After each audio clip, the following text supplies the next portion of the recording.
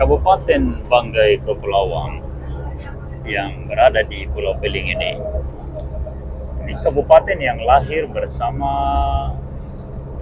Kabupaten Kepulauan Sula di Provinsi Maluku Utara.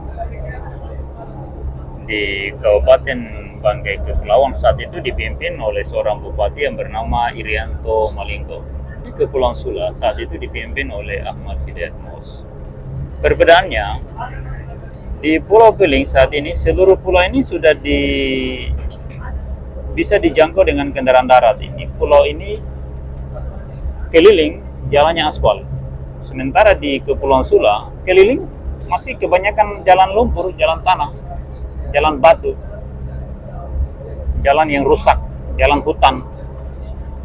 Sementara pada saat itu Ahmad Hidayat Mus menjadi bupati di Kepulauan Sula 2 periode, dari 2005 sampai 2015. Sementara Irianto Malinggo menjadi bupati di Pulau Peling ini atau di Banggai Kepulauan itu hanya 1 periode 5 tahun. Dia bisa aspal keliling Pulau Peling ini. Besarnya pulau ini mungkin lebih besar dari Pulau Taliabu kalau dilihat dari kondisi geografisnya, karena pulau ini dia banyak teluk. Jadi kalau dibangun jalan ini akan jauh lebih panjang. Begitu pula Banggai Laut atau Kabupaten Banggai Laut. Kabupaten Banggai Laut berada di Pulau Banggai. Jadi Banggai yang asli sebenarnya Banggai Laut berada di timur pulau ini. Dalam waktu 5 tahun, pada saat bupatinya dipimpin oleh Weni Bukamo yang dilantik sekitar 2016, beliau mengaspal dan membangun jalan raya antar kecamatan itu sepanjang 350 kilo dalam tempo lebih dari 4 tahun, kurang dari 5 tahun.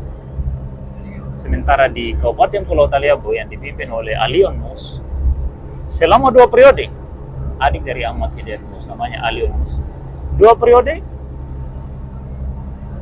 jalan antar kecamatan yang terdekat saja dari ibu kota kabupaten yang bernama Bobong ke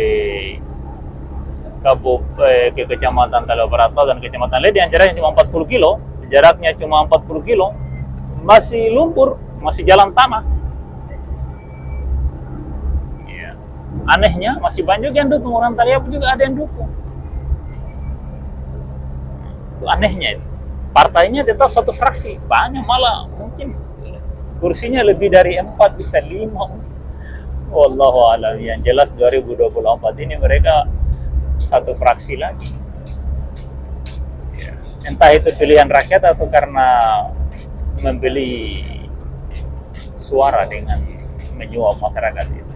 Wallahu a'lam. Nanti silakan kita lihat perjalanan sejarahnya akan datang, karena sudah dari 2004 ke 2024 sudah sekitar 19 tahun lamanya. Kondisi Kabupaten Pulau Taliabu nyaris tak ada perubahan, bahkan kemunduran. Di tahun 80-an ada 2 bandara dan jalannya dilingkari oleh jalan yang dibangun oleh perusahaan kayu, meskipun belum diaspal tapi bisa digunakan oleh kendaraan roda 4 bahkan truk.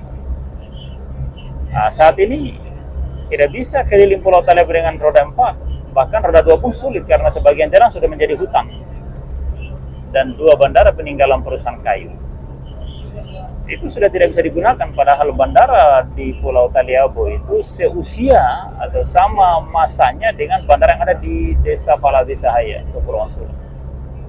Sama-sama bandara peninggalan perusahaan kayu, tapi di Desa Paladisahaya itu digunakan sampai hari ini oleh pesawat komersial, tapi di Pulau Taliabu sama sekali tidak bisa digunakan. Ini sebuah kegagalan dan kemunduran dalam pemerintahan. Padahal konon kabarnya pemerintah Kabupaten Pulau Taliabu itu memiliki keluarga yang menjadi pejabat dari daerah sampai di pusat. Ada jadi anggota DPRD Pulau Taliabu, DPRD provinsi, dan DPR RI. Ya, jadi sangat naif, sulit diterima ketika dikatakan tidak mampu. Kondisi itu harusnya mereka mampu berkoordinasi demi pembangunan daerah, terutama jalan dan bandara udara yang itu sangat penting karena daerah kepulauan sangat dibutuhkan penerbangan udara. Kalau semua aktivitas pemerintahan dalam melakukan perjalanan dinas harus menggunakan kamar-kamar di lantai 3 KM Elizabeth II ini misalnya. Ini kan perjalanan sudah 1 malam, kita berangkat dari malam sekitar jam 22 menit waktu timur. Nah, sampai detik ini mungkin sudah jam 7 pagi, kita belum tiba di Luwu Banggai. Sudah berapa jam perjalanan. Sementara sewa per kamar ini 250.000 per satu ranjang dalam kamar, dan tiket kapal ini 250.000 juga. Jadi 500.000 per orang ini kalau pakai kamar. Kalau tidak pakai kamar ya 250.000 saja. Tapi kalau pakai kamar 500.000. Nah, rata-rata perjalanan dinas pemerintah daerah dan DPRD menggunakan kamar di lantai 3 KM Elizabeth II dan kapal-kapal lain seperti Ratu Maria, Gracilia, Funka, dan lain-lain. Nah, seandainya ada bandar udara, mereka bisa menggunakan penerbangan udara, bisa naik pesawat dari Pulau Talebo langsung Makassar misalnya, baru langsung transit ke Jakarta atau kemana tujuan mereka punya perjalanan dinas. Taliabu yang awalnya ada 2 bandara, hari ini justru tidak ada. Kota Bobong yang dulunya bandara jadikan ibu kota kabupaten. Mestinya perkampungan begitu banyak, pilihlah kampung mana yang layak menjadi ibu kota kabupaten. Ini hanya sekedar sebuah pendapat ya. Silakan komen di kolom komentar. Jangan lupa like, subscribe. Sebarkan video ini ke sosial media Anda, di seluruh sahabat Anda dimanapun mereka berada di muka bumi Tuhan ini.